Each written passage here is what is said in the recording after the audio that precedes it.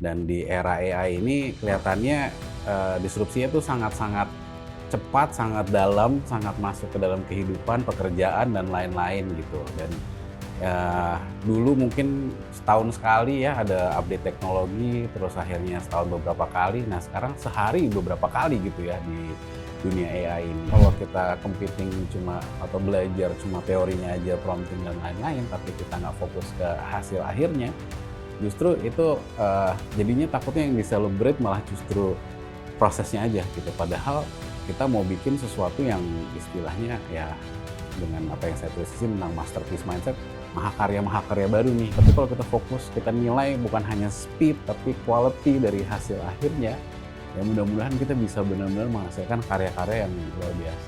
Artinya, AI tidak menggantikan kita. Ia memperbesar dampak jika kita hadir dengan kesadaran. Selamat datang di Diskursus Literasi Power by Bukuku. Program yang menghadirkan ruang obrolan tentang buku, gagasan, dan pertanyaan-pertanyaan penting di zaman kita. Episode kali ini masih menjadi bagian dari rangkaian Bulan Literasi, kolaborasi Diskursus Network dengan Wijan. Hari ini, kita akan membicarakan sesuatu yang sedang mengubah cara kita bekerja, belajar, dan bahkan memaknai diri sebagai manusia. Kehadiran Artificial Intelligence atau yang biasa kita sebut AI. Di satu sisi, teknologi ini menjanjikan efisiensi, kecepatan, dan kemudahan. Namun, di sisi lain, banyak orang mulai bertanya, di mana posisi manusia? Apa yang masih menjadi kekuatan kita di dunia yang semakin otomatis ini? Untuk itu, Diskursus Literasi telah menghadirkan penulis buku Becoming Power Human. Sebuah buku yang tidak menawarkan ketakutan dan juga tidak menyederhanakan teknologi, tapi mengajak kita untuk berpikir, kita ingin menjadi manusia apa di era AI ini?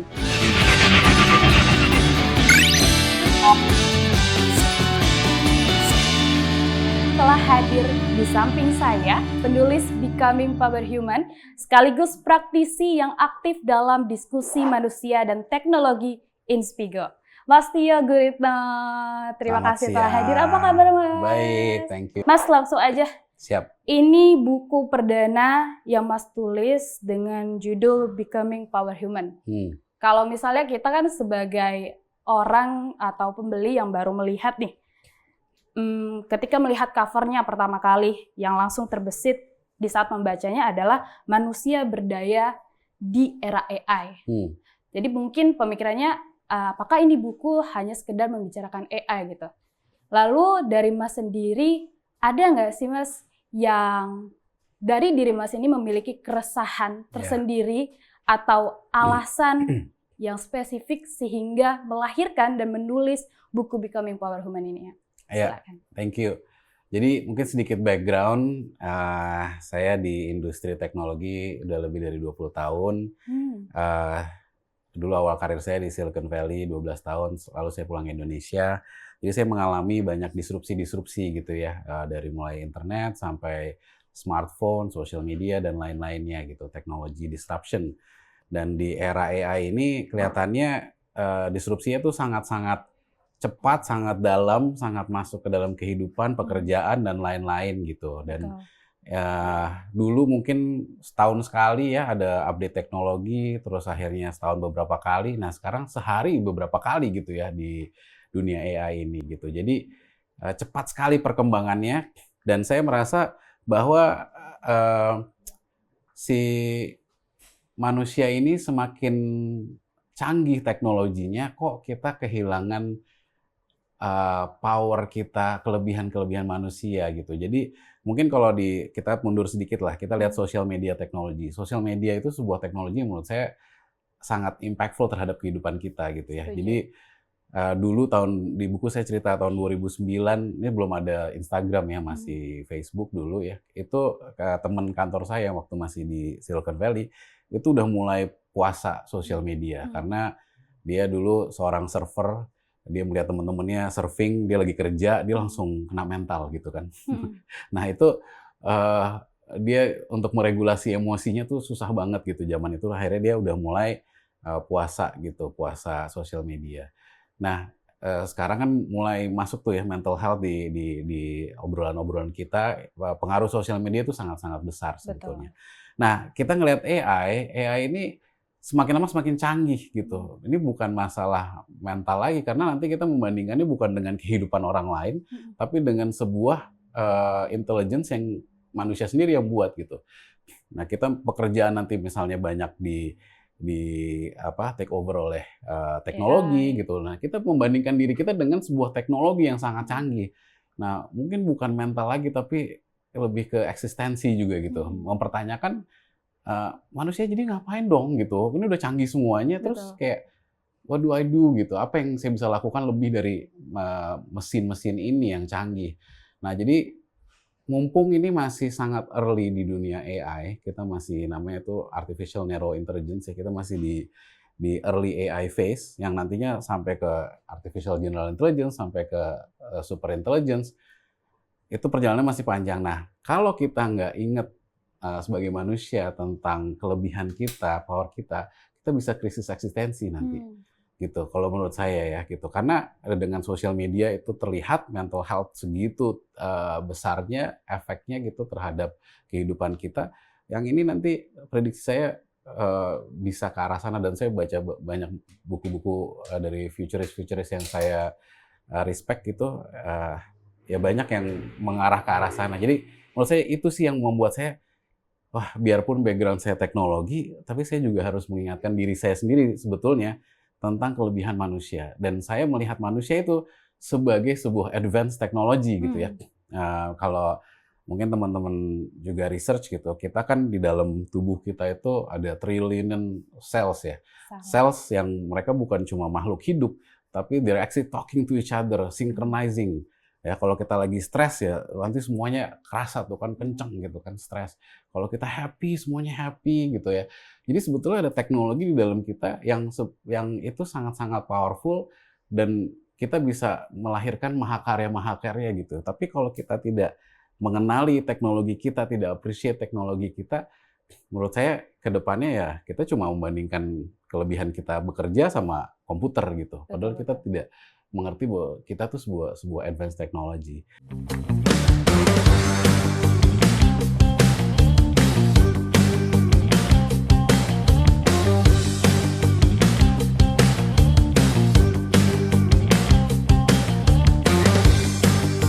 Kalau nanti di YouTube ya gitu saya pernah lihat ada di YouTube atau di mana gitu. Jadi Elon Musk tuh dia lagi bikin robot. Mhm. Dia baru realize bahwa eh, panjang jari manusia itu berbeda-beda karena apa ya gitu. Mmm. Kira-kira kenapa? Kenapa tuh, Mas? Jadi kalau kita menggenggam sesuatu nih seperti ini Iya. panjangnya sama nih gitu di sini.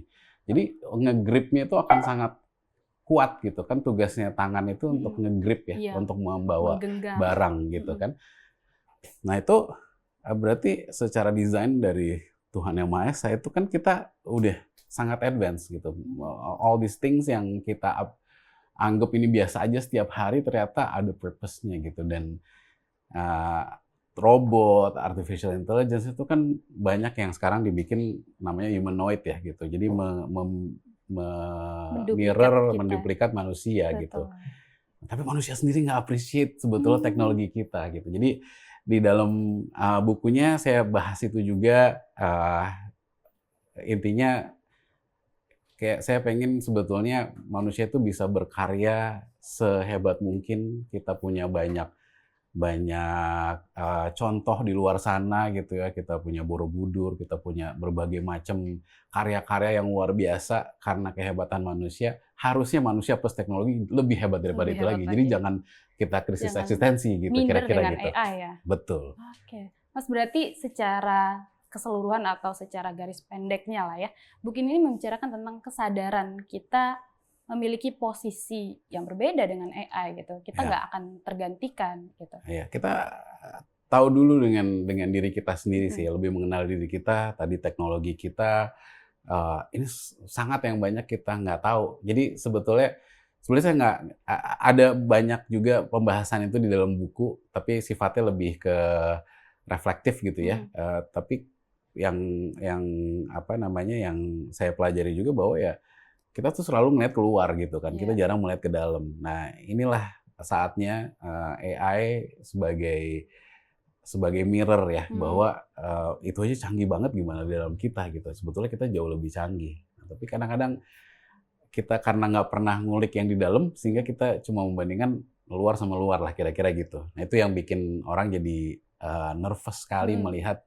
teknologi yang sangat cepat ini gitu.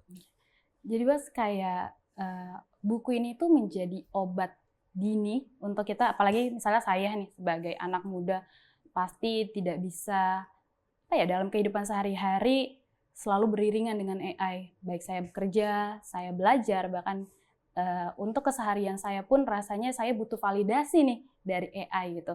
Apakah kadang juga terbesit pertanyaan di diri saya, apakah saya akan tergantikan oleh AI dengan kecanggihannya? Apakah nanti di dunia masa depan ini kita masih dibutuhkan manusia, apalagi AI ini ya itu tadi mirror ya, udah seperti manusia sendiri gitu. Apakah buku ini itu ingin mengingatkan kita, Yes. ingin membangun mental kita bahwa enggak, kita punya sesuatu gitu. Ya saya sebagai teknokrat gitu ya di Mhm. dunia teknologi, saya optimis terhadap perkembangan teknologi ini gitu. Tapi yang saya tulis dalam buku itu ya bagaimana ada banyak tips-tips ya untuk basically pertama menghadapi perubahan. Biasanya orang tuh sangat nervous menghadapi perubahan dan Mmm. nggak apa-apa, berarti teknologi ini sangat disruptif. Kalau teknologinya biasa-biasa aja, Mhm. rasanya nggak kayak gini gitu, nggak nervous gitu kan. Mungkin kamu pernah dengar blockchain, misalnya cryptocurrency gitu Iya. kan, itu kan sebenarnya teknologi yang canggih. Tapi mungkin disruption levelnya nggak sedalam AI, karena AI langsung ke misalnya kamu kuliah, kamu ngerjain tugas segala macam, itu kan langsung ke kita gitu. Jadi levelnya tuh beda dan rasa disruptif tuh ya seperti ini, nggak nyaman gitu.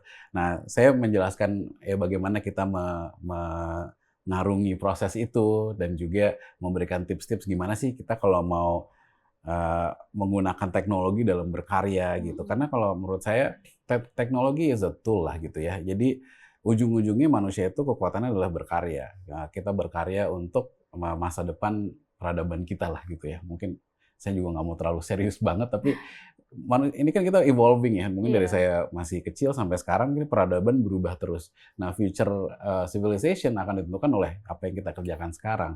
Nah, jadi saya juga share juga tips untuk gimana bisa bikin karya-karya yang monumental, bekerja sama dengan teknologi gitu Mhm. di situ. Jadi ujung-ujungnya saya percaya bahwa manusia itu punya kekuatan yang luar biasa. Kita sudah buktikan di dunia ini banyak sekali karya-karya manusia.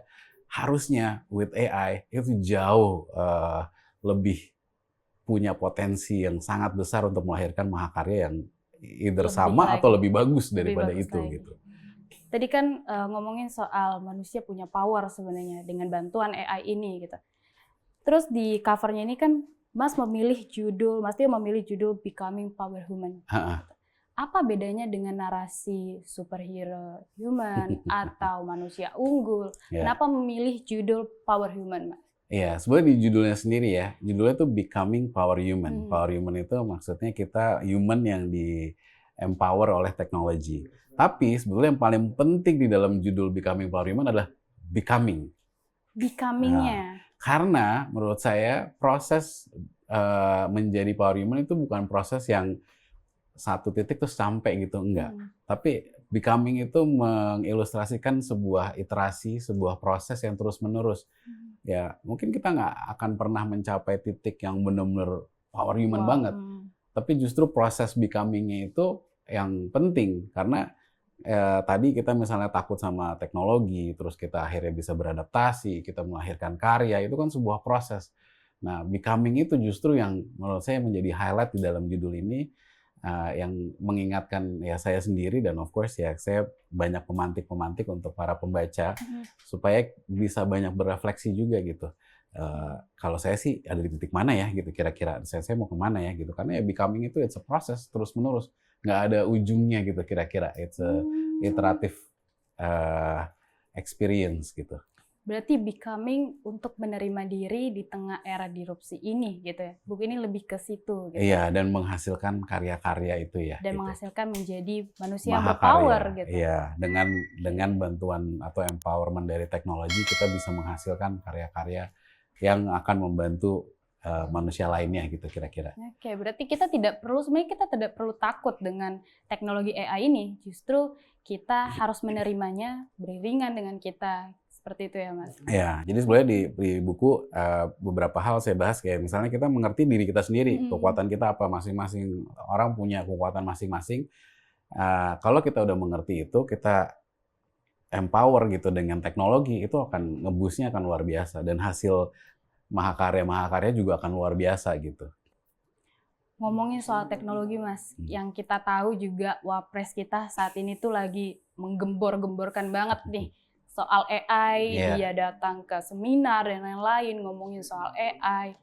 Itu apakah ada komunikasi dengan beliau? Apalagi Mas kan ngomongin soal AI ya di buku perdananya. Apakah ada komunikasi dengan beliau seperti itu, Mas? Ya, saya sebagai praktisi lah ya, saya sebagai praktisi, sebagai penulis, ya saya pernah diskusi juga dengan beliau, men-share insights gitu dengan pengalaman yang saya punya dan apa yang ada di buku, ya kebetulan sudah dibaca juga, jadi dia tahu pemikiran saya seperti apa.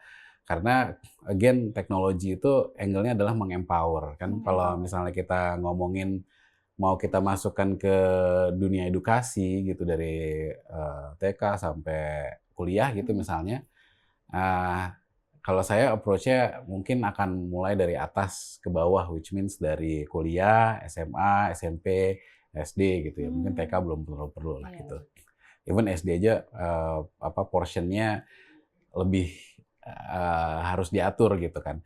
Kenapa saya mulai dari atas ke bawah gitu kalau pandangan saya, karena kalau di SD itu ya ini brain masih developing ya, otak kita masih developing di umur-umur segitu.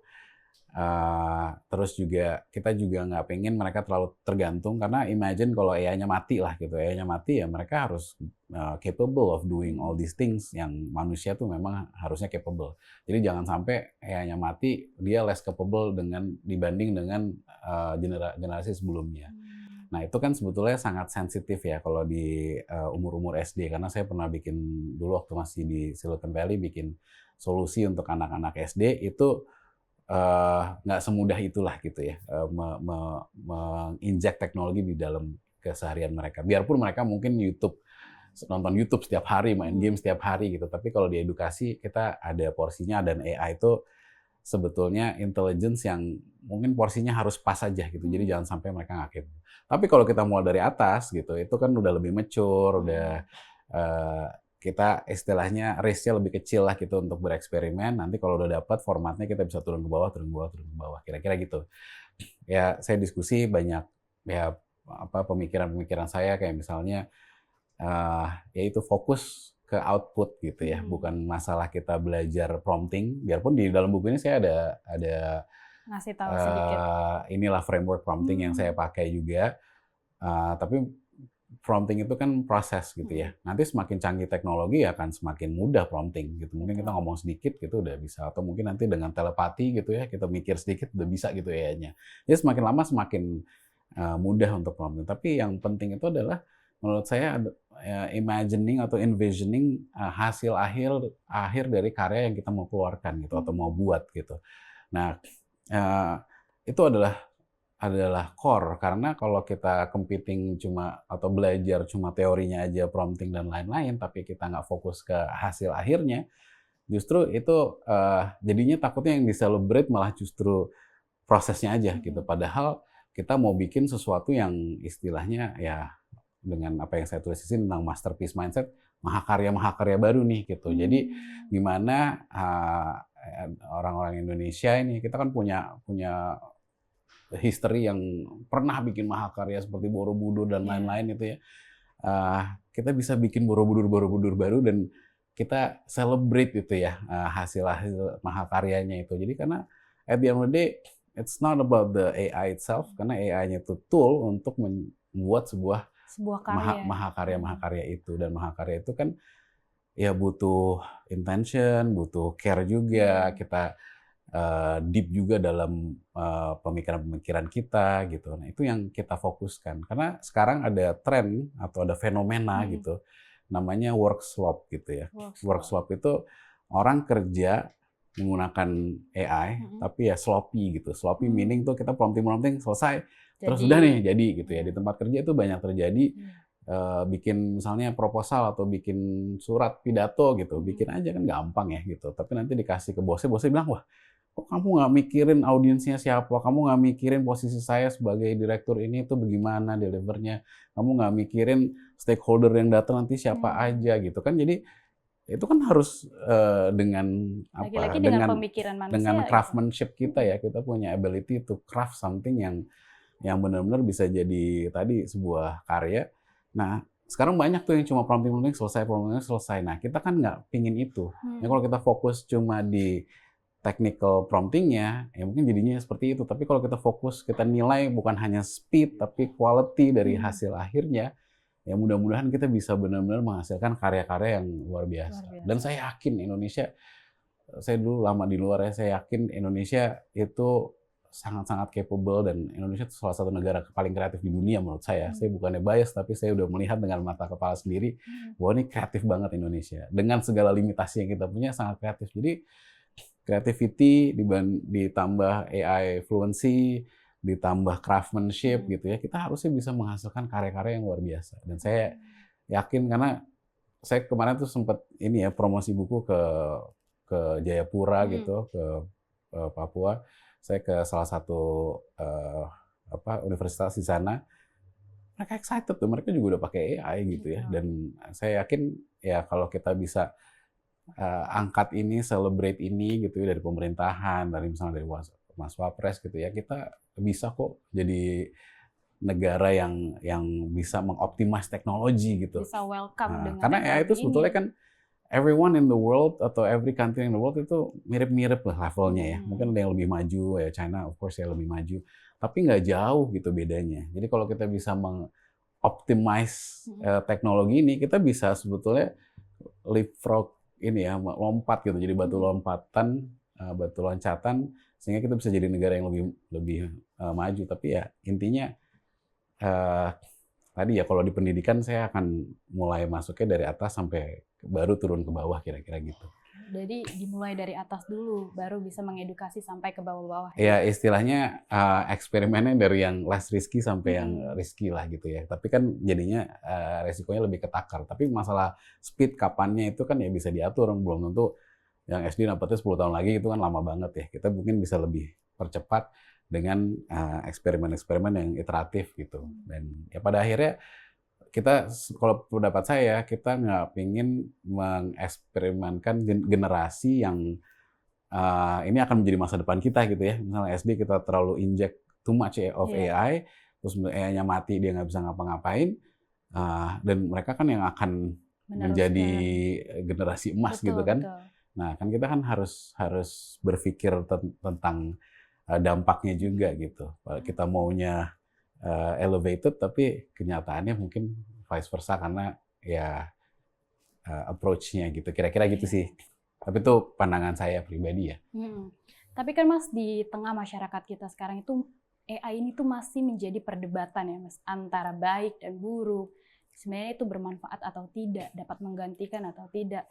Kalau yang Mas lihat sendiri tuh untuk menjawab kekhawatiran masyarakat, sebenarnya ada nggak sih satu hal yang paling fundamental yang sebenarnya walaupun AI yang semakin canggih ini tuh kita manusia itu nggak tergantikan gitu?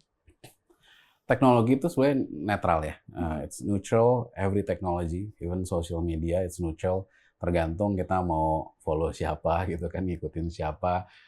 Itu kan dampaknya ke kita sendiri. Jadi it's always a neutral kayak aset gitu ya, bukan sesuatu yang ini jelek, yang ini bagus gitu. Itu kan tergantung penggunaannya.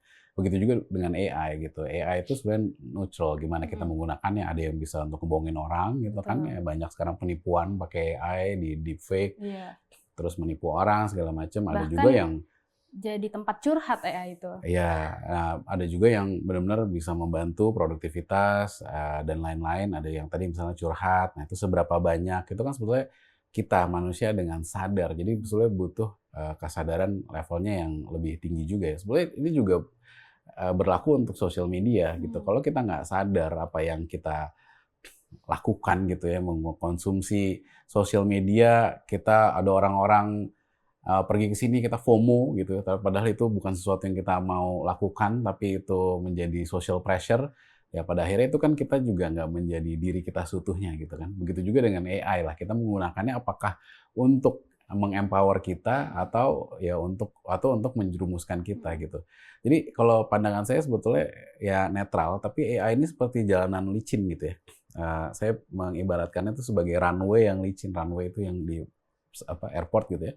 Itu licin, either kita bisa terjerumus masuk jurang atau kita bisa take off gitu. Naik ke atas. Karena ya kalau kita terlalu tergantung semuanya kita outsource gitu ke AI, sedikit-sedikit kerjaan, kamu kuliah semua AI kelihatannya bagus, padahal kalau dites nggak bisa apa-apa gitu ya. Itu kan kita jadi menjerumuskan diri kita sendiri, kita bukan menjadi manusia yang capable gitu.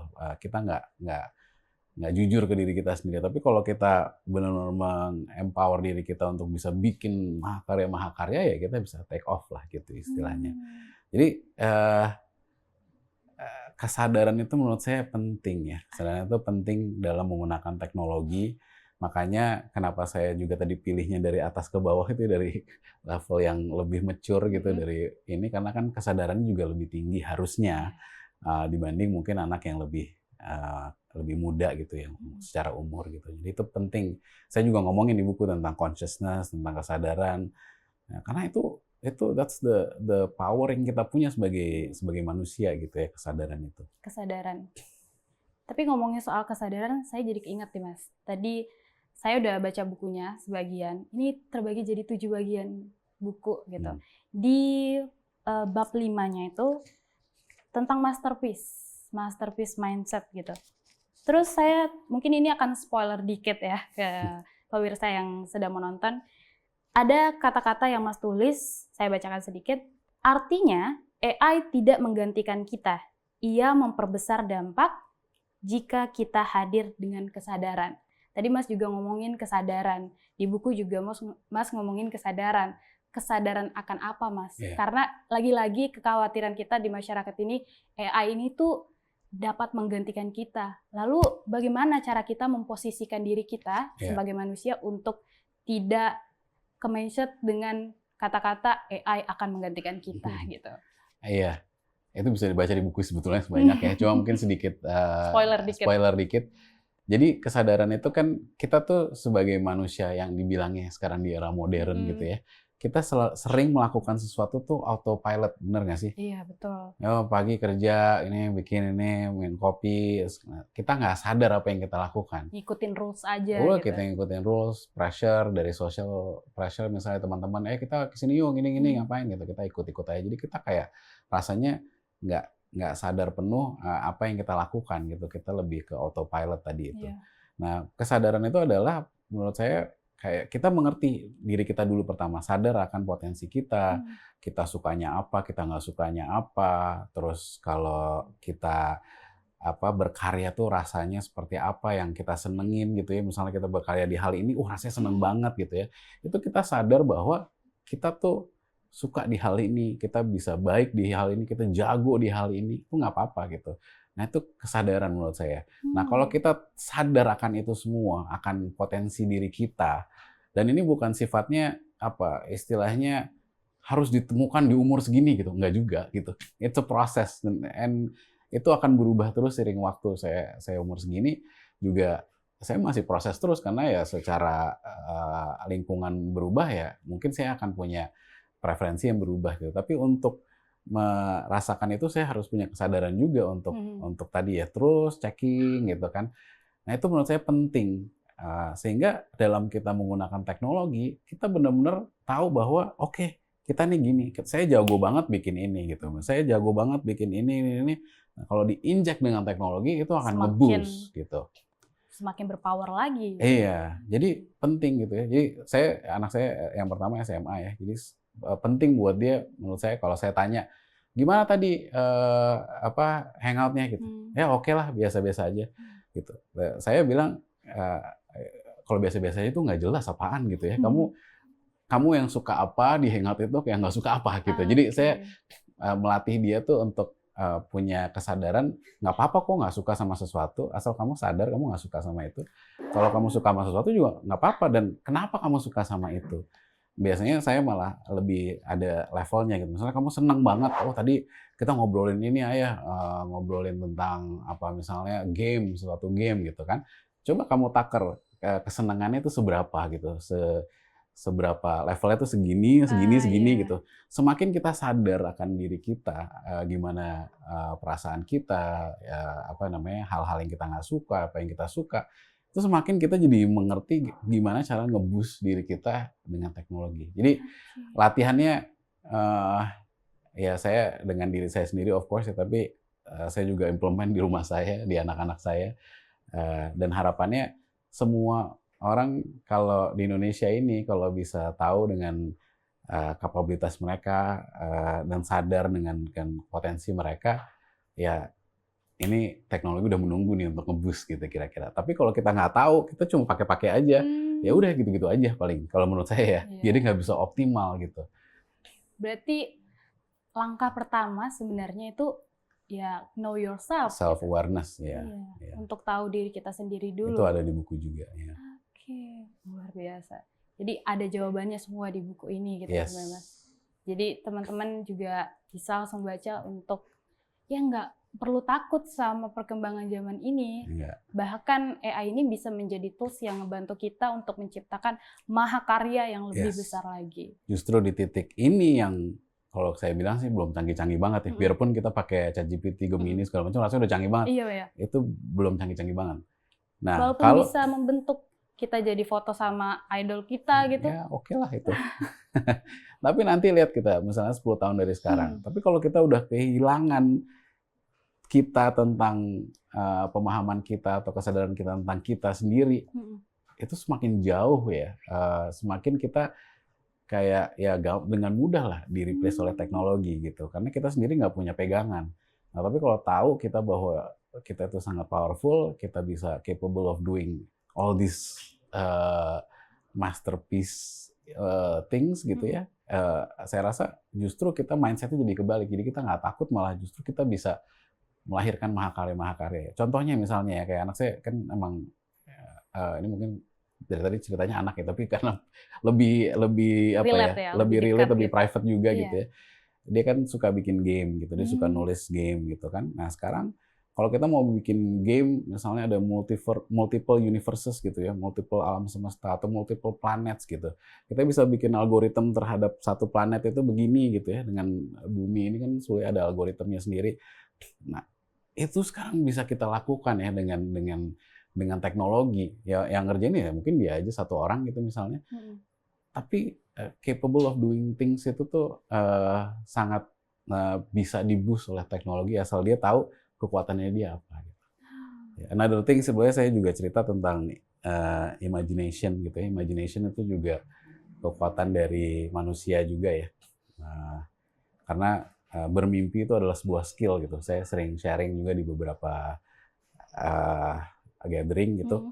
Nah, itu juga another thing yang saya tulis. Tapi intinya punya kesadaran atas capability kita lah gitu. Baru Punya kita kesadaran akan kemampuan kita dan tidak khawatir dengan perkembangan khawatir. AI ini. Karena itu bisa menjadi alat sebenarnya yang membantu kita, bukan menyingkirkan kita ya Mas. Wow, luar biasa. Jadi kalau misalnya Mas di buku ini tadi kan 7 bagian. Kalau misalnya Mas dikasih kesempatan untuk menambah 1 bab lagi yang ingin disampaikan di dalam buku ini gitu Mas. Apa yang ingin Mas sampaikan? Jadi aslinya itu sebenarnya 400 halaman. Saya pangkas jadi kurang dari 200.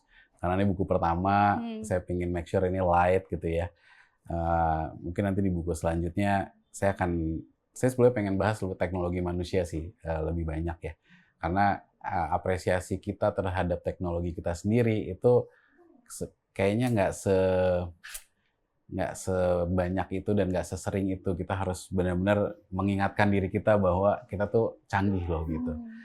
Nah mungkin saya akan bahas tentang energi gitu ya. Kita adalah makhluk energi, dan energi itu kan dihasilkan dari apa yang kita lakukan di dalam sini gitu. Itu sebuah intricate engineering yang sangat canggih. Nah, itu kalau kita udah memahami tadi ya, energi kita ngomongin keselarasan, itu kalau di-boost dengan teknologi itu akan sangat Luar biasa. optimal sekali. Mengoptimalkan. Dan kalau ngomongin AI itu dari sekarang kan Neuro Intelligence ke AGI ke ASI itu nanti menuju ke arah sana sebetulnya gitu ya. Super intelligence tuh tahu ilmu alam semesta, tahu ilmu energi. Nah, ya mungkin itu obrolan selanjutnya lah di buku itu ya yang belum saya masukkan, tapi mungkin seputar itu yang saya mau masukkan karena level kesadarannya juga akan lebih tinggi yang kita bahas, dan saya rasa manusia ini bisa benar-benar bisa optimal kalau kita mengerti energi kita, terus nanti teknologi sebenarnya bisa memodify juga ya energi kita supaya kita benar-benar optimal gitu. Oke, terakhir Mas, satu pesan reflektif untuk anak muda untuk menjadi becoming power human. Boleh Mas? Ya, jadi kalau menurut saya ya becoming power human tadi ya, it's a process, it's a never ending process gitu. Jadi jangan berpikir ini ada satu titik yang selesai gitu kan. Jadi it's a process. Mulailah dari berkarya.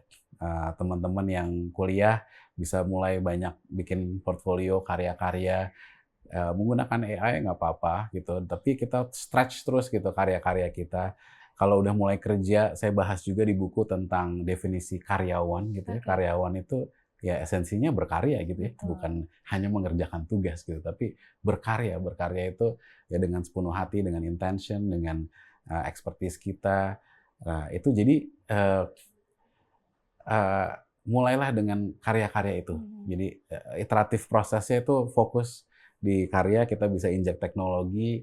Saya rasa itu akan banyak penemuan diri juga yang kita nggak tahu lewat proses itu gitu. Jadi kalau mau tips ya mungkin itu ya, start doing your own masterpiece. Hopefully ya nanti masterpiece-nya juga bisa di enjoy sama banyak orang dan berdampak ke banyak orang gitu. And know yourself gitu. Itu fondasi utama. Fondasi utama kita. Oke Mas. Nah, itu dia pemirsa diskusi hari ini bersama Mas Tio yang mengingatkan kita bahwa teknologi akan terus berkembang, tapi keputusan untuk tetap menjadi manusia adalah pilihan yang harus diambil setiap hari. Becoming Power Human bukan ajakan untuk menjadi super, tapi ajakan untuk menjadi sadar, sadar akan nilai diri, sadar akan peran kita, dan sadar bahwa teknologi seharusnya membantu manusia, bukan menggantikannya. Terima kasih Mas Tio untuk gagasannya, refleksinya hari ini, diskusi yang luar biasa, bermanfaat juga untuk kita. Terima kasih. Semoga diskusi ini tidak berhenti di ruangan ini saja, tapi berlanjut dalam cara kita belajar, bekerja, dan memaknai hidup di era teknologi. Untuk itu, sebarkan seluas-luasnya. Mas, rasanya kurang afdol nih kalau misalnya saya tidak memanfaatkan momen ini untuk meminta tanda tangan Mas langsung di buku Becoming Power Human. Jangan lupa dibaca teman-teman, karena lupa dibaca dan dibeli. Ini segelintir pemikiran dan saya rasa waktunya tepat sekarang ya, di mana AI sudah masuk ke kehidupan kita, jadi hopefully akan bermanfaat. Pastinya. Oke Mas, boleh minta tanda tangan.